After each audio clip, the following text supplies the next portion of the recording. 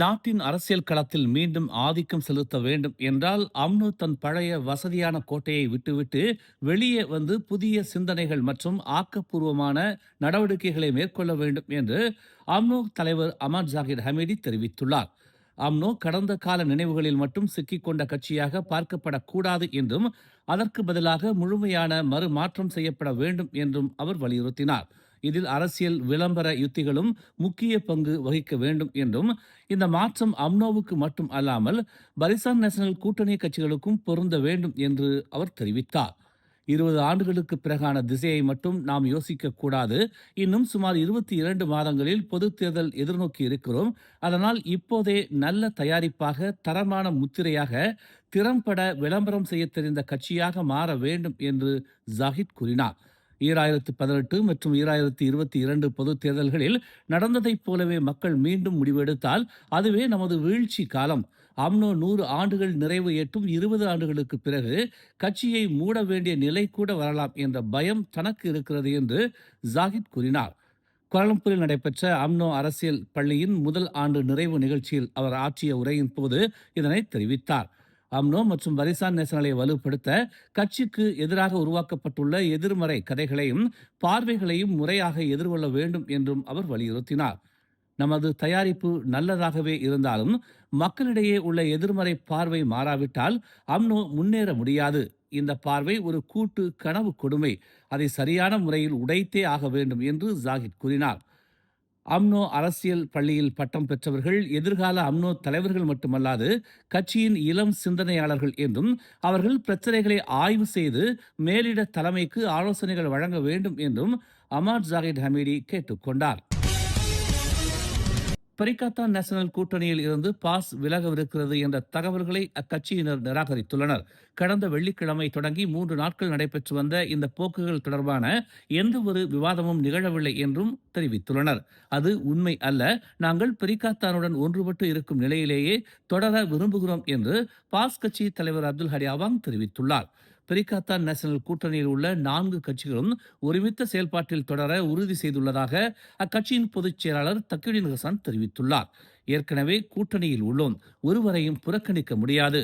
பரிகாத்தான் நேஷனலில் உள்ள 4 கட்சிகள் பாஸ், பசாத்து, கராக்கான் மற்றும் MIPP ஆகிய கட்சிகள் நிலைத்திருக்கின்றன என்றும் அவர் கூறினார். முன்னதாக பாஸ் கட்சியின் ஆன்மீக தலைவர் ஹஷிம் ஜாசின் புதிய பரிகாத்தான் நேஷனல் தலைவர் தொடர்பான முடிவற்ற நிலை நீடித்தால் அடுத்த பொது தேர்தலில் கட்சியை தனியாக முன்னெடுக்க பரிந்துரைத்திருந்தார் என்பது குறிப்பிடத்தக்கது. ஜொகூர் கூலாயில் நேற்று அதிகாலை செனாயை சுற்றி குடிநுழைவுத்துறை மேற்கொண்ட சோதனை நடவடிக்கையில் 45 பேர் கைது செய்யப்பட்டனர். இந்நடவடிக்கையின் போது ஆவணமற்ற பல புலம்பெயர்ந்தோர் தப்பி ஓடி கழிப்பறைகளில் ஒளிந்து கொள்ள முயற்சித்தனர்.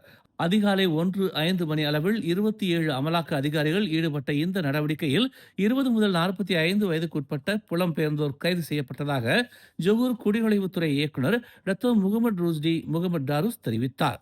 பொதுமக்கள் கொடுத்த புகார்களை தொடர்ந்து இந்நடவடிக்கை மேற்கொள்ளப்பட்டதாக அவர் கூறினார். கிளம்தான் கோத்தபாரு ஜலான் கபூன் சுல்தானில் உள்ள ஒரு கிடங்கு நேற்று இரவு ஏற்பட்ட தீ விபத்தில் எரிந்து நாசமானது. கிடங்கில் பல்லாயிரக்கணக்கான டன் ஆரஞ்சு பழங்கள், பேரிச்சம்பழம் மற்றும் வெங்காயம் ஆகியவை சேமித்து வைக்கப்பட்டிருந்ததாக கூறப்படுகிறது. அவை தீ விபத்தில் எரிந்து நாசமாகின. இச்சம்பவம் குறித்து இரவு 9:09 மணிக்கு தங்களுக்கு அழைப்பு வந்ததாக கிளந்தான் தீயணைப்பு மற்றும் மீட்புத்துறையின் செய்தி தொடர்பாளர் தெரிவித்தார். தீயணைப்பு எந்திரங்கள் உடனடியாக அனுப்பப்பட்டு இரவு 9:16 மணிக்கு சம்பவ இடத்திற்கு சென்றதாக அவர் கூறினார். இந்த விபத்தில் 3 லாரிகளும் தீயில் எரிந்ததாக தெரிவிக்கப்பட்டுள்ளது. குளுவாங் சிம்பாங்குரங்காம் பகுதியில் உள்ள பெனின்சுலார் பிளான்டேஷன் தோட்டத்தில் கடந்த வெள்ளிக்கிழமை முதல் தொடரும் தீ விபத்தில் சுமார் 4 ஹெக்டேர் எண்ணெய் பனை தோட்டமும் 5 ஹெக்டேர் அன்னாசி பழ தோட்டமும் தீக்கிரையாகியுள்ளது.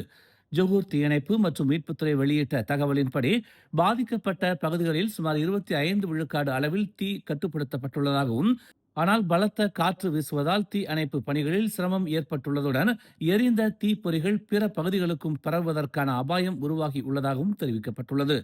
திறந்த நீர்நிலைகளில் இருந்து நேரடி நீர் பீய்ச்சி முறையில் தீயணைப்பு மேற்கொள்ளப்படுவதாகவும், மேலும் தீ மற்ற பகுதிகளுக்கு பரவாமல் தடுப்பதற்கான குழிகள் தோண்டும் பணியும் நடைபெற்று வருவதாகவும் துறையின் மண்டலம் 3 தலைவர் சிதி ஹசா சனுசி தெரிவித்துள்ளார். மேலும் தீயணைப்பு நடவடிக்கைகள் வானிலை நிலைமைகளை கொண்டே அமையும் என்றும், மழை பெய்தால் 1 முதல் 2 நாட்களுக்குள் தீ முழுமையாக அணைக்கப்படும் என்று எதிர்பார்க்கப்படுவதாகவும் அவர் தெரிவித்தார். எண்ணெய் பனை தோட்டத்தில் உள்ள சிறிய வடிகால்கள் தீ அணைப்பிற்கான நீர் ஆதாரமாக பயன்படுத்தப்படுகின்றன. அன்னாசி தோட்ட பகுதியில் தன்னார்வ தீ அணைப்பு படையினர் மற்றும் தோட்ட நிர்வாகத்தின் நீர் டேங்கர்கள் மூலம் தீ அணைப்பு நடைபெற்று வருவதாக அவர் கூறினார்.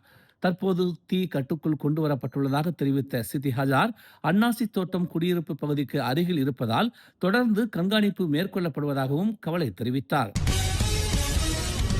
மூவார் ஜலான் ஃபெல்டா மொவாக்கில் வெள்ளிக்கிழமை நடந்த சாலை விபத்தில் university Tun Hussein Onn Malaysia பல்கலைக்கழக மாணவர் ஒருவர் உயிரிழந்தார். அவர் பயணித்த காரில் மேலும் 4 நண்பர்கள் இருந்தனர். இந்த மாணவர்கள் சிகாமாட் மாவட்டத்தின் லாபிஸ் பகுதியில் இருந்து பாகோவில் உள்ள யூடிஎச்எம் வளாகத்திற்கு திரும்பிச் சென்று கொண்டிருந்ததாக நம்பப்படுகிறது. விபத்து நேற்று மதியம் சுமார் 1 மணி அளவில் நடந்துள்ளது. அப்போது அவர்கள் பயணித்த ஹோண்டா அக்கார்ட் கார் திடீரென கட்டுப்பாட்டை இழந்து சாலையின் இடது பக்கமாக சறுக்கியது என்று மூவார் காவல்துறை தலைவர் ரைஸ் முக்லிஸ் அஸ்மான் அசீஸ் தெரிவித்தார். காரின் பின்புற இருக்கையில் அமர்ந்திருந்த அமீர் ஃபைசால் ஹஸ்ரோல் நிசாம் என்ற 29 வயது நபர் தலையில் கடுமையான காயம் அடைந்து சம்பவ இடத்திலேயே உயிரிழந்ததாக அவர் தெரிவித்துள்ளார்.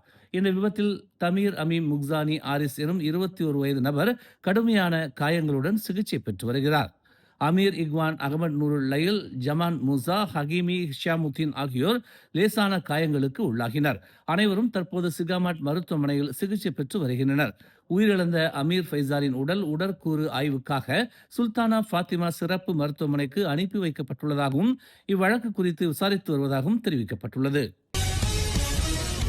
மேலும் செய்திகளை தெரிந்து கொள்ள தமிழ் மலர் இணையதளம், தமிழ் மலர் செயலி மற்றும் மலர் டிவி யூடியூப் சேனலை வலம் வாருங்கள். எங்களோடு இணைந்திருக்க மலர் டிவியை பதிவு செய்து கொள்ளுங்கள். உறவுகள் மகிழ்ந்திட விருப்பம் மற்றும் பகிர்வு சேவையை சொடுக்கிடுங்கள்.